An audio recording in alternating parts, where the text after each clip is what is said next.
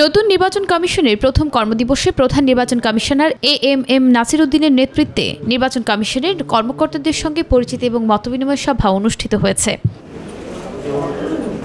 রাজধানীর আগারগাঁও নির্বাচন ভবনে এই সভা শুরু হয়। সভায় নতুন 4 কমিশনার, কমিশন সচিব সহ ঊর্ধ্বতন কর্মকর্তারা উপস্থিত ছিলেন। নতুন সিএসি এএমএম নাসির উদ্দিন তার প্রথম কর্মদিবসে যথাসময়ে নির্বাচন কমিশনে উপস্থিত হন। পরে অপর 4 কমিশনারও পর্যায়ক্রমে কমিশনে যোগ দেন। এ সময় নির্বাচন কমিশন কার্যালয়ের কর্মকর্তা ও কর্মচারীরা নতুন কমিশনারদের শুভেচ্ছা জানান।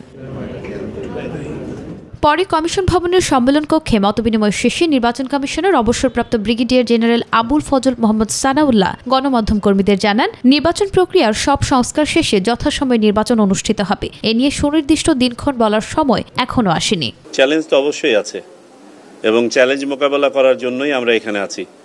আমরা এটাকে অপরচুনিটি ভাবছি এই জন্য, জাতি একটা ক্রান্তি লগ্নে এসে দাঁড়িয়েছে যেখানে আমাদের আর কোনো বিকল্প নেই একটা ভালো নির্বাচন করা ছাড়া, এবং আমরাই সেই ব্যক্তিরা যারা আল্লাহ এখানে নির্ধারণ করে পাঠিয়েছেন এই প্রত্যাশা ডেলিভার করার জন্য, এবং আমরা আত্মবিশ্বাসী, ইনশাআল্লাহ আমরা এটা ডেলিভার করব, আমরা ওয়াদাবদ্ধ।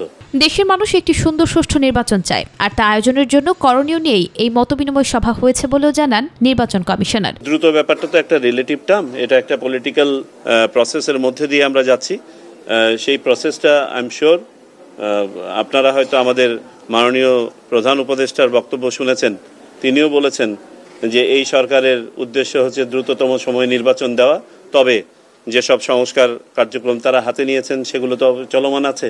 সো চলমান সংস্কার প্রক্রিয়া, আমাদের যা কিছু কাজ আছে হাতে, সেগুলো মিলিয়ে দ্রুত ব্যাপারটা হয়তো রিলেটিভই থাকবে, তবে সবারই তো উদ্দেশ্য হচ্ছে নির্বাচনের দিকেই যাওয়া। নুসরাত শারমিন, মাই টিভি, ঢাকা।